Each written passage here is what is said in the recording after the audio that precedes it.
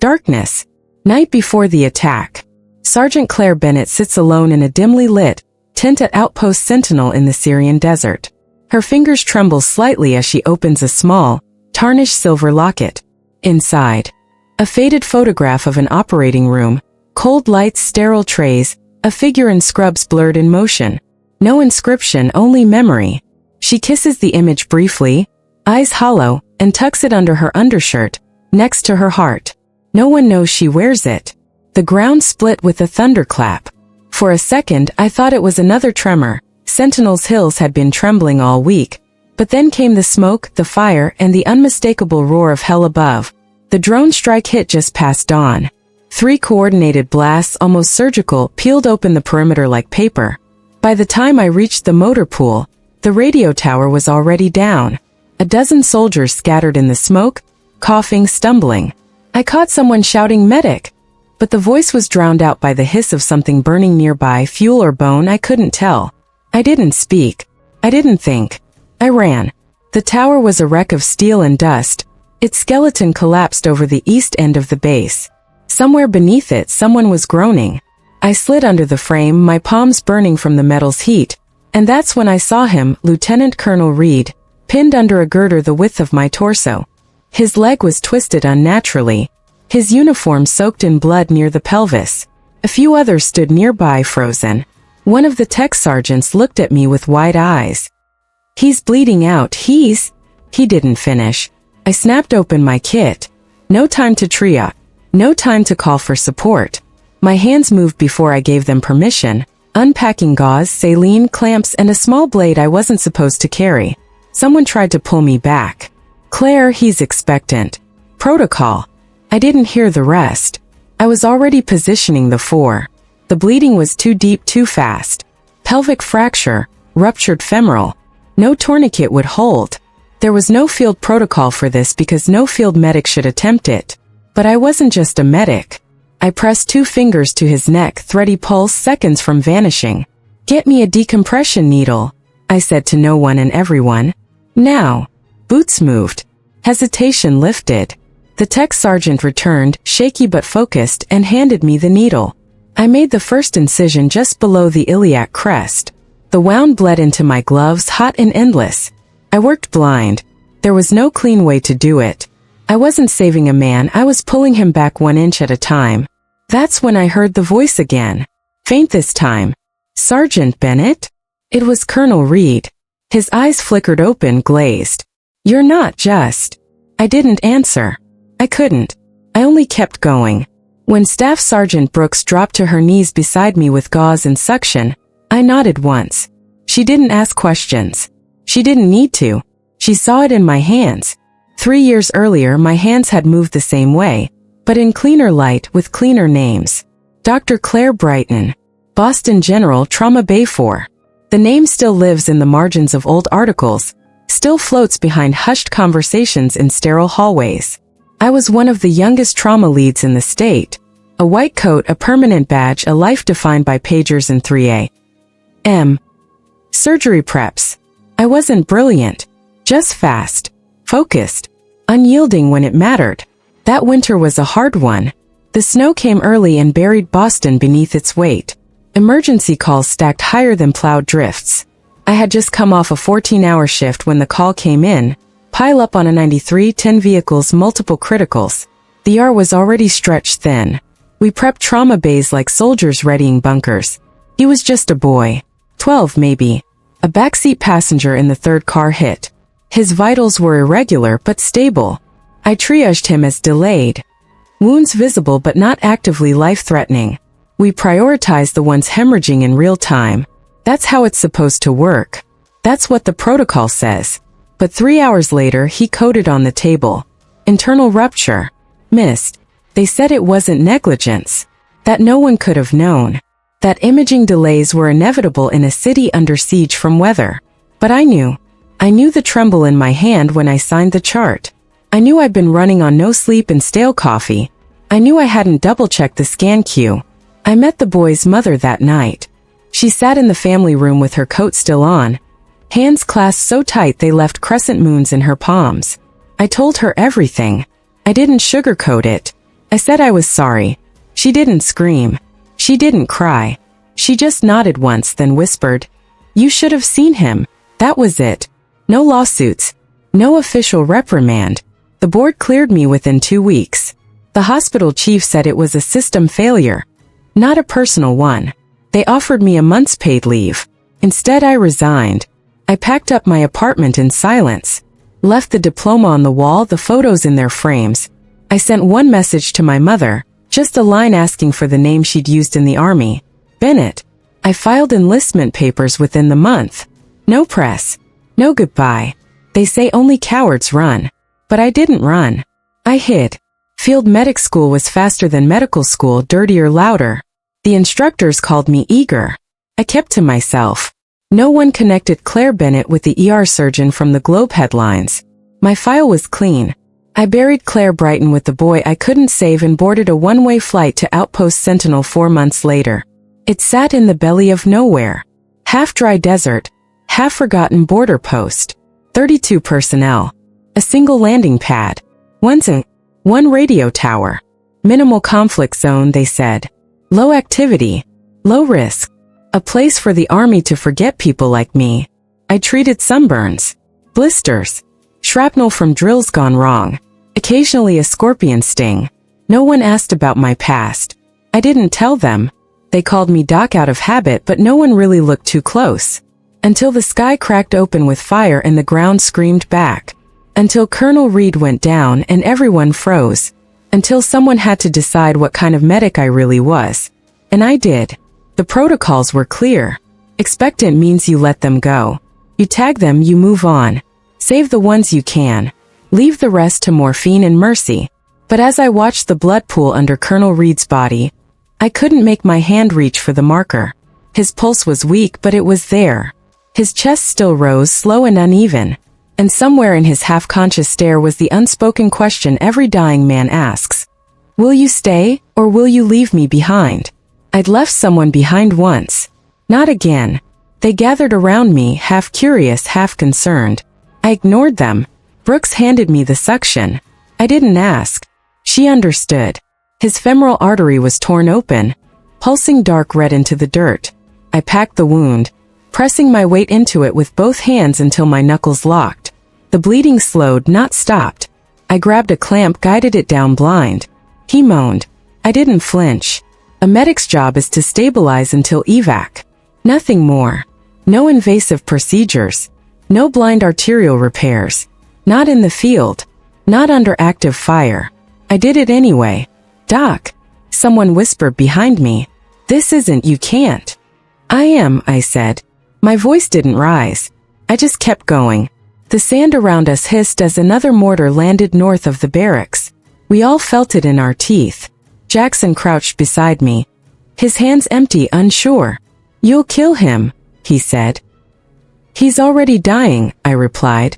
Jackson was the kind who'd seen it all: Adis ambushes, medevac screw-ups. His face was stone, but I saw the twitch in his brow. He didn't move to stop me. I made the incision lower, near the groin, following memory, not instruction. My gloves were soaked, slipping on the scalpel. I asked for a penlight. No one had one. Brooks pulled her helmet lamp off and handed it down. She didn't say a word. Together we worked. I murmured steps and she followed. Jackson found gauze, IVs, a saline flush. At some point he became my assistant. He never said how. He just moved in sync. Reed's vitals danced on the edge of nothing. BP crashing. Heart fluttering like a cornered animal. If we marked him expectant, no one would question it. If we saved him, someone would. But I kept going. That's the thing about guilt. It's heavy at first. Then it becomes air. You breathe it. It lives in your blood. And one day you look down and realize it's guiding your hands in ways no textbook ever could. Brooks caught my eye once. Just once. Long enough to see the truth I never said out loud. She nodded, then passed me the next clamp. By the time I sutured the artery, my hands were shaking. Not from fear. From endurance. 12 minutes under open sky. 23 units of blood estimated lost. No proper clamps. No lidocaine. Just the sound of the war still happening and the weight of one man's life pressed beneath my knees. Brooks worked beside me, calm, focused. She held the wound open with a field retractor improvised from a bent spoon. Her gloves were torn. Her forearm bled from a nick she hadn't noticed. She didn't stop. Around us the world narrowed. The tower smoldered. The motor pool burned. And still we worked. Then the call came in. 2 more down near the west fence. Shrapnel to the chest. 1 possible amputation. I glanced at Jackson. Go, I said. You've done enough. But he knelt deeper beside me. You're going to need plasma, he muttered, already unpacking a bag. That was the first moment I knew he wasn't watching me to see if I failed. He was learning. The evac ETA was 28 minutes. Too long for a patient this unstable. I ran a second 4 through Reed's arm, then made a pressure bandage from a tourniquet and part of my own shirt. Brooks tore open a gauze pack with her teeth. Her eyes were unreadable. We didn't speak. Not even when the second drone hit somewhere north. The shockwave rolled over us like a low tide. Then the second patient arrived. Private Leland. Shrapnel had shredded his right chest. He was barely conscious, his lips blue, gasping like a fish out of water. Tension pneumo, I said aloud. I didn't have to explain it. Brooks turned him. Jackson grabbed my pack. Needle decompression, I said. Second intercostal space, midclavicular line. The needle slipped in too easily. His lung had already collapsed. Air hissed out in a gasp. Leland's eyes fluttered. He took 1 long clean breath. Still alive. We were down to 1 unit of saline, half a dose of morphine, and whatever strength was left in our hands. When I asked for the third patient, they didn't wait to question. They brought her. Staff Sergeant Alma Rivera. Compound fracture, left femur, possibly arterial bleed. I made the cut, cleaned the bone, packed the cavity. I could feel their eyes on me now. Not out of doubt. Not anymore. I gave orders like breath. They moved like a second body. I didn't know then that the comms had gone out. That medevac hadn't known the scale of casualties. That the flight medic expected chaos and tagged bodies, and instead found us there. 3 surgeries done, 3 lives clinging to life. We handed them off one at a time. Carefully. Without words. The medevac nurse stared at the charts I'd written in black pen across their torsos. She looked up. You're not a medic, she said. I didn't answer. She didn't push. When they lifted off, Brooks finally sat down, shaking blood from her arms like sweat. Jackson stayed crouched beside me, watching the birds rise. Then finally he spoke. Brighton, he said softly, the name barely audible under the rotor blades. I didn't look at him. He didn't say it again. Didn't need to. The truth had already left my hands and landed somewhere in the dust between us. The silence after the helicopters left was thicker than the smoke. Brooks sat on a crate, her face streaked with dirt and dried blood. The field kit beside her split open like a body emptied of its contents. She was still staring at her gloves. Not from shock. From memory. I recognized the look. The quiet cataloging of choices made under pressure. Jackson stood over her, arms crossed. Not guarding. Not questioning. Just there. I rinsed my hands at the water drum, though the blood had already worked its way under the nails. My scrubs were soaked, my sleeves stiff with saline and dust. Someone offered a ration bar. I waved it off. When the sun crested above the ridgeline, I realized we hadn't spoken for nearly an hour. No one asked what I'd done. No one said thank you. That was how it should be. But something in the air had changed. Like the perimeter had expanded, and I wasn't outside it anymore. By nightfall, news of the medevac spread.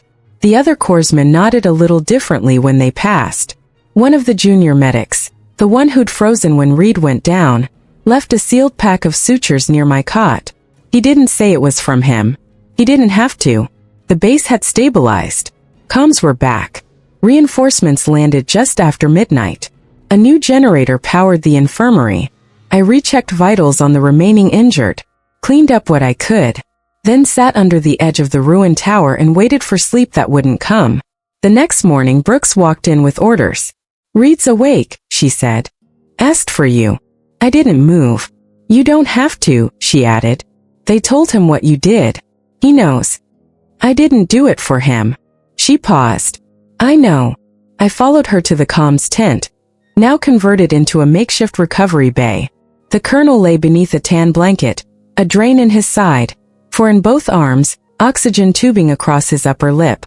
He looked smaller than I remembered. The kind of smaller that comes after near death, when the body has already begun to imagine its own absence. His eyes opened when I stepped inside. Not surprised. Not confused.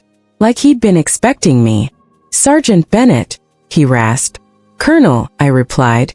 He stared at me for a long moment, as though listening to a song only he could hear. "You're not just a medic." It wasn't a question. I looked at the floor. My boots were still caked with dry blood. I did what needed doing. His lips curled into a ghost of a smile. "They said you operated in the field. 3 times. Under fire." I said nothing. He adjusted slightly, winced. "You trained in trauma?" I didn't answer. He closed his eyes. "You're good. Too good." Still I said nothing. After a long silence, he reached beneath his blanket. His hand emerged with a small object, a locket, silver, the chain tangled slightly. He held it out, and for a moment I thought he was giving it to me. Then I saw what he meant. I reached beneath my collar and touched my own. Identical. The clasp worn from use. The back engraved faintly, CB. Return to light. His eyes opened. Claire brightened. A whisper. Fact. No accusation. Just recognition. "I don't know what sent you here," he said. "But you saved my life." I almost replied. Almost told him what had sent me halfway across the world to bury a name and wear another. But I didn't. He didn't need to know the boy's name. Only that this time the bleeding stopped. 6 months later, I boarded a transport to San Antonio under a different kind of order. No reprimand. No court-martial. No explanation. Just a transfer stamped with 3 words I hadn't seen since Boston. Instruct. Trauma. Advanced. The Combat Medical Academy sat at the edge of Joint Base San Antonio, tucked behind old training fields and newer glass buildings. The name wasn't important. What mattered was what happened inside. Simulations, triage exercises, battlefield medicine under fire. They handed me a syllabus. I handed it back. "I'll write my own," I said. The commandant didn't blink. Understood. I taught with a quiet voice and a steady hand. Never shouted. Never sought attention. I moved through the rows of trainees like smoke, present but not commanding. They learned quickly not to ask about my background. Still the stories grew. The one about the field medic who clamped a femoral bleed with a mess kit spoon. The one who performed a thoracotomy with a scalpel no one remembered packing. The one who saved a base commander and 2 others when the protocol said to tag and move on. They didn't know it was me. Not really. They knew only that someone had done it. And that now they were expected to learn it too. The envelope arrived on a Thursday. Plain, unmarked, hand-delivered to my desk by a captain who didn't say where it came from. Inside was a letter. Short. Written in tight, deliberate strokes. To whom it may concern. I am alive because Sergeant Claire Bennett refused to follow a manual that didn't account for the truth in front of her. She did what others would not. Teach them what she knows. Lieutenant Colonel Andrew Reed. There was no signature stamp. No Pentagon header. Just those few lines, written by a man who remembered what it meant to be on the edge of life, and watched someone choose not to walk away. I never framed it. I folded it into a small square and kept it in the back of my locker, next to the locket and an old Boston General badge I hadn't touched in years. On training days I walked the mock battlefields we built behind the academy. Blasted drywall, synthetic smoke, mannequins with synthetic wounds. I timed how fast they triaged. I corrected hand placement on chest compressions. I asked questions no manual prepared them for. What do you do when the evac's not coming? What do you do when the artery tears? What do you do when you have 12 minutes and a man who should already be dead? First they stammered. Then they listened. Eventually they answered. Not with bravado but with clarity. Some of them shook after drills. Some cried in the showers. Some stayed late asking about wound patterns or triage ethics. I answered what I could. I told them that saving someone isn't always clean. That guilt is a kind of blood too. They understood. In small ways, the guilt that had dragged me into the desert began to shift. Not vanish. Never vanish. But become useful. Like scar tissue, it tightens but it holds. No one ever officially changed my title, but the instructors stopped calling me sergeant and started calling me document. The new medics took it further. They called me ma'am, not because of rank, because of reverence. I never took the locket off. Not when I drilled cadets through midnight trauma sims. Not when I watched another generation of medics walk across the parade field with their packs strapped too tight, their boots still clean. Not even when I was alone, sitting on the edge of my bunk, tracing the shape of the clasp with my thumb. Inside it was a photo. Not of the boy. Not of Boston. But of the soldier I saved, the one they told me to let go. Colonel Reed smiling faintly, for in his arms son behind him. A reminder. That loss doesn't make you lesser. That guilt, when harnessed, becomes a kind of grace. They never gave me medals. I didn't want any. What we carry inside us, loss, skill, guilt, or grace, it isn't always visible. It doesn't shout. It doesn't shine. But sometimes it saves lives. Not because it must, but because it can.